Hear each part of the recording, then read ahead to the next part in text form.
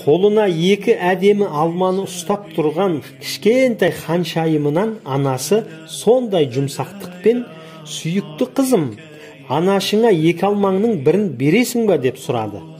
Анасына аз уақыт қарап тұрды да жалма-жан екі алманы да тістеп жей бастады.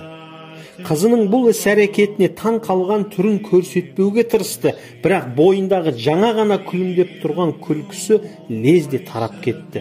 Сүйікті қызы алмасын бергісі келмеді, бөліскісі келмеді деген ой бойын билеп, көңіл күйі түсіп кеткендей болды. Сөйтіп тұрғанда қызы тістелген бір алманы ұсынып былай деді: «Анашым, мынаны алыңыз, осы дәмдірек екен» деді.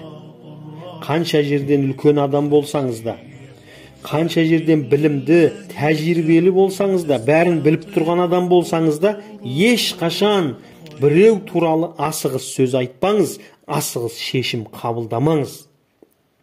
Түсіндіріп айтуына мүмкіндік беріңіз.